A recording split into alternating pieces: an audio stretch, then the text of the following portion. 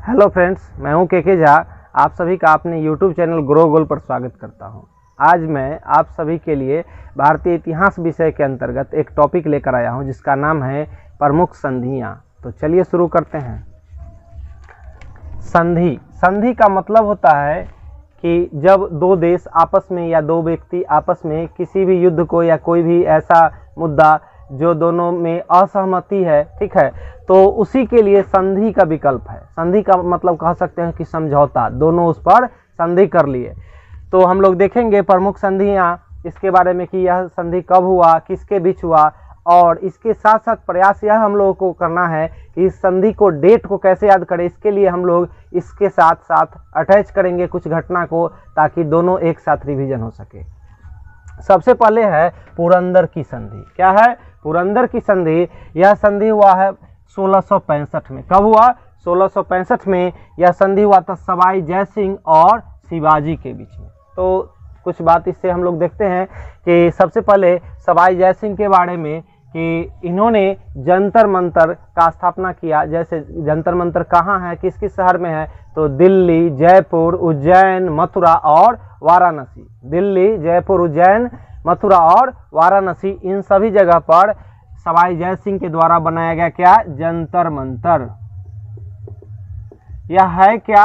तो यह एक प्रकार का खगोल वेधशाला है। क्या है? वेधशाला है। और शिवाजी से अगर कहें तो मराठा साम्राज्य के संस्थापक किसे कहा जाता है? तो शिवाजी को। और हम लोग को मेन है याद रखना डेट, ठीक है। तो डेट याद रखने के लिए हम लोग क्या करेंगे कि इसी से संबंधित, ठीक है, कुछ एक्स्ट्रा डेट को भी साथ साथ याद रखेंगे जो प्रश्न के रूप में आपको याद रखना है।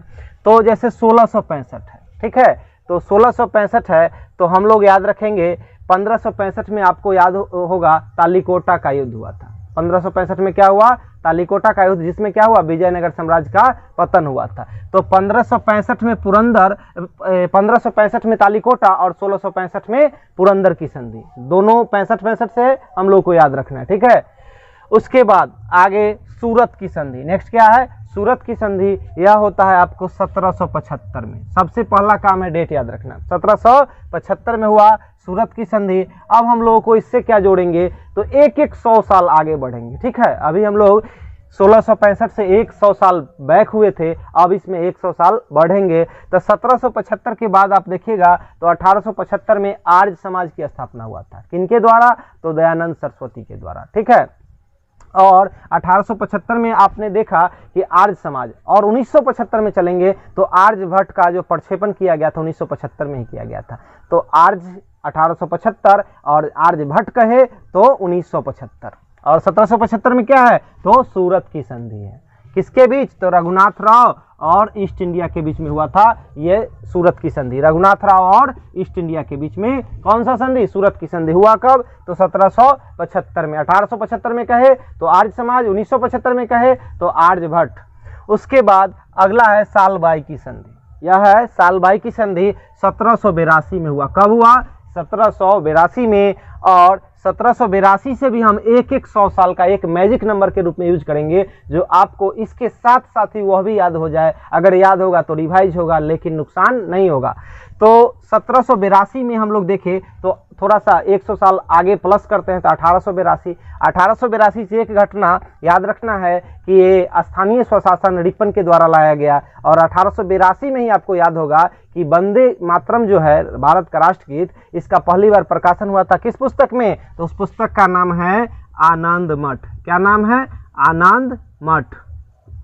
1882 में, उसी में वंदे मातरम का पहली बार प्रकाशन। उसके रचयिता कौन, यानी लेखक कहे तो यह है बंकिम चंद्र चटर्जी।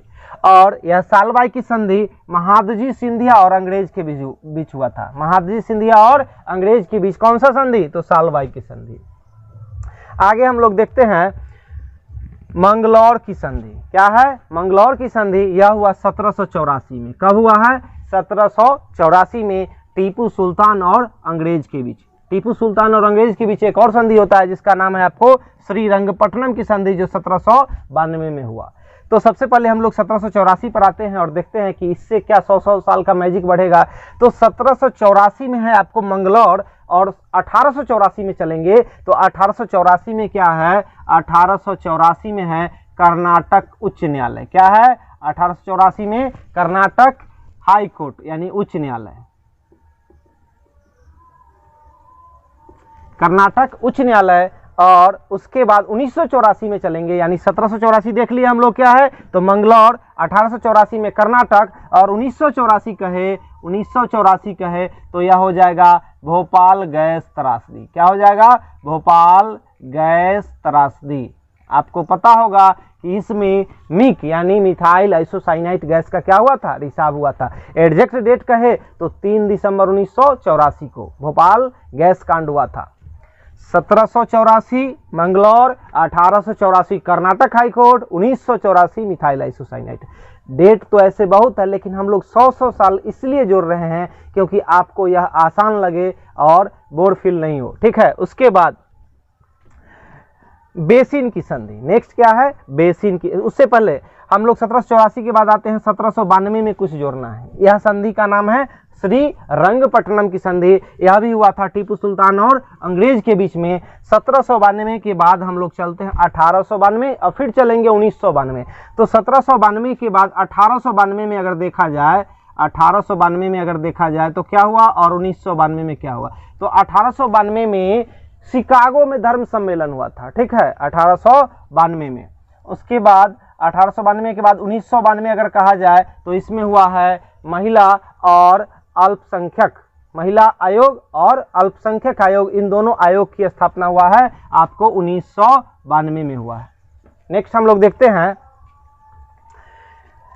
नेक्स्ट उसके बाद है बेसिन की संधि। क्या है? बेसिन की संधि यह होता है 1802 में। यह होता है बाजीराव द्वितीय और अंग्रेज के बीच में। 1802 में हुआ बाजीराव द्वितीय और अंग्रेज के बीच में। कौन सा संधि? तो बेसिन की संधि। और 1802 के बाद हम लोग 100 साल प्लस करेंगे, यानी 1902। तो 1902 से एक घटना आप लोग याद रखिए, क्या हो सकता है? तो 1902 में क्या हुआ है? 1902 में